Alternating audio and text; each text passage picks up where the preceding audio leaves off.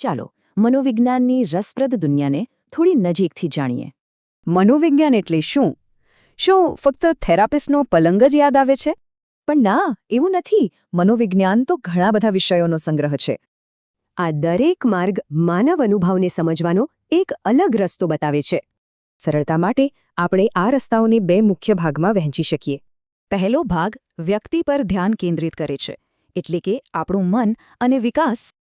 આમાં પહેલું છે ક્લિનિકલ સાયકોલોજી, જે માનસિક બીમારીઓના નિદાન અને સારવાર સાથે જોડાયેલું છે.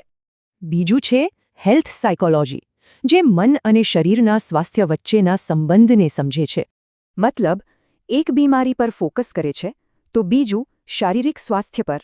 પછી આવે છે ડેવલપમેન્ટલ સાયકોલોજી, જે જન્મથી વૃદ્ધાવસ્થા સુધીના આપણા વિકાસને જુએ છે. અને કોગ્નેટિવ સાયકોલોજી આપણી વિચારવાની અને યાદ રાખવાની પ્રક્રિયાઓનો અભ્યાસ કરે છે. હવે વાત કરીએ બીજા ભાગની, એટલે કે સમાજમાં મનોવિજ્ઞાનની ભૂમિકા. સોશિયલ સાયકોલોજી આપણને સમજાવે છે કે સમાજ અને જૂથો આપણા પર કેવી અસર કરે છે. જ્યારે ઓર્ગેનાઇઝેશનલ સાયકોલોજી ઓફિસમાં ઉત્પાદકતા સુધારવા પર ધ્યાન કેન્દ્રિત કરે છે. એક જૂથોમાં આપણા વર્તનને સમજે છે અને બીજું ઓફિસમાં આપણા વ્યવહારને. આ બધી શાખાઓ મળીને માનવ વર્તનનું એક મોટું અને સ્પષ્ટ ચિત્ર બનાવે છે. પણ સવાલ એ છે કે આ બધા તારણો પર વિશ્વાસ કેવી રીતે કરી શકાય? એનો જવાબ છે મનોવૈજ્ઞાનિક પરીક્ષણના કેટલાક ચોક્કસ માપદંડોમાં.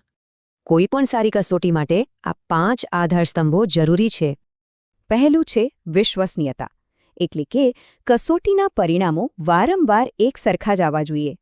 બીજું છે યથાર્થતા, એટલે કે કસોટી જે માપવા માટે બની છે તે બરાબર એ જ માપે. ટૂંકમાં, દરેક શાખા આપણને વર્તનને સમજવા માટે એક નવો દૃષ્ટિકોણ આપે છે. તો પછી સવાલ એ છે કે દુનિયાને સમજવા માટે કયો દૃષ્ટિકોણ સૌથી યોગ્ય છે?